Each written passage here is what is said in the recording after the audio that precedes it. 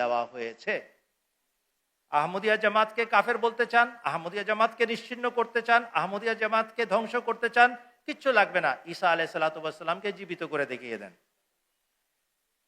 এইদিকে না গিয়ে তারা বললেন খতমে নবুয়ত আন্দোলন করো আর সারা পৃথিবীতে হইচই করো যে এরা রাসূলুল্লাহ সাল্লাল্লাহু আলাইহি ওয়াসাল্লামকে শেষ নবী মানে না। আহমদিয়া জামাতের বিরুদ্ধে সর্বপ্রথম 1891 সালে যে ফতোয়া দেওয়া হয়েছিল কাফের হিসাবে, সেখানে বলা হয়েছিল এই মির্জা গোলাম আহমদ কাদিয়ানী আলাইহিসসালাতু ওয়াসসালাম সম্বন্ধে যে এই ব্যক্তি এবং তার অনুসারীরা হযরত ঈসা আলাইহিস সালামকে মৃত বলে, আর এই ব্যক্তি নিজেকে তার রূপক আগমন বলে ঘোষণা দেয়, এই কারণে সে কাফের। যখন কোরআন থেকে অকাট্য যুক্তির বলে হযরত ঈসা আলাইহিসসালাতু ওয়াসসালামের মৃত্যু সাব্যস্ত হয়ে গেল, তখন এই নিয়ে আর তারা কথা বলল না। কয়েক দশক পরে তারা খতমে নবুয়তের ঢোল বাজালো,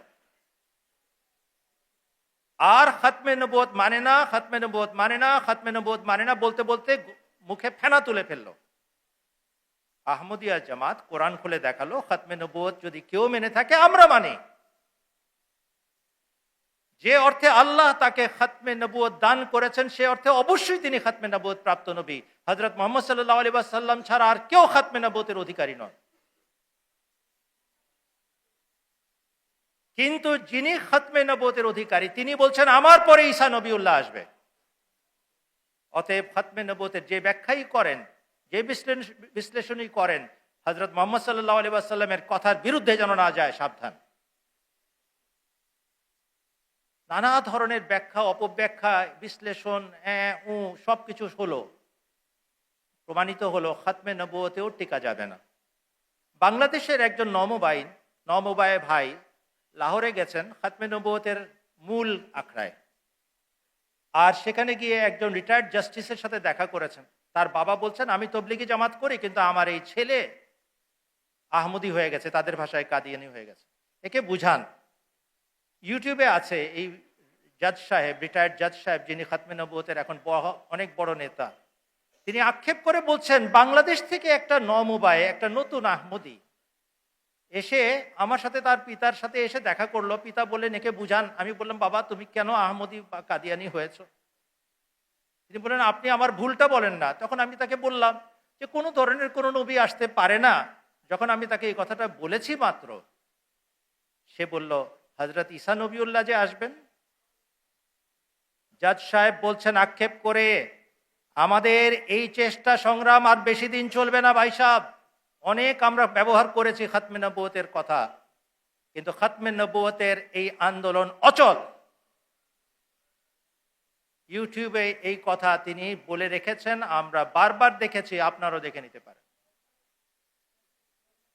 খতমে নবুয়তের দায়ী বা আহ্বানকারীরা যারা তবলিগ করে, খতমে নবুয়তের আহমদিয়া বিরোধী আন্দোলন গড়ে তোলার চেষ্টা করে, তাদের এখনকার মত হচ্ছে খবরদার খবরদার খবরদার মুসলমানের সংজ্ঞা নিয়ে আলাপ করবে না ভাই সাহেব।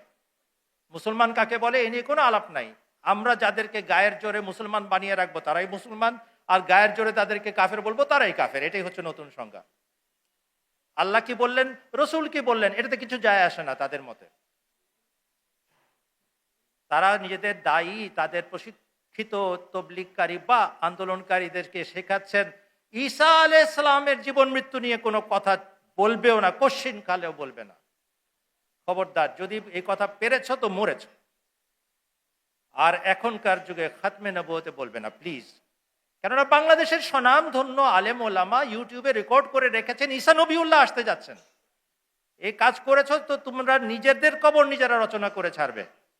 কেননা বাংলাদেশের স্বনামধন্য আলেমরা নিজেরা বলেছেন হ্যাঁ ঈসা তো নবিউল্লাহ হয়েই আসবেন। আরে ভাই, এই কথা 1400 বছর আগে হযরত মুহাম্মদ সাল্লাল্লাহু আলাইহি ওয়াসাল্লাম বলেছেন। মহানবী সাল্লাল্লাহু আলাইহি ওয়াসাল্লামের কথা মানো না। যেই না আলেমদের মুখ ফসকে সত্য কথা বেরিয়ে গেছে, এখন সব সাবধান। জন্মের দিক থেকে শেষ নবী হচ্ছেন হযরত মুহাম্মদ সাল্লাল্লাহু আলাইহি ওয়াসাল্লাম, নবুয়ত প্রাপ্তির দিক থেকে শেষ নবী হচ্ছেন হযরত মুহাম্মদ সাল্লাল্লাহু আলাইহি ওয়াসাল্লাম। কত রকমের ব্যাখ্যা দিয়ে এখন শেষ নবী সাব্যস্ত হচ্ছেন হুজুর সাল্লাল্লাহু আলাইহি ওয়াসাল্লাম। ঈসা নবী তো আগে থেকেই নবী, এখন তো পরে দেওয়া হয় নাই, আগেই দেওয়া হয়েছে। কত ব্যাখ্যা বিশ্লেষণ যে চলছে তাদের গবেষণায়, আপনারা চিন্তাও করতে পারেন।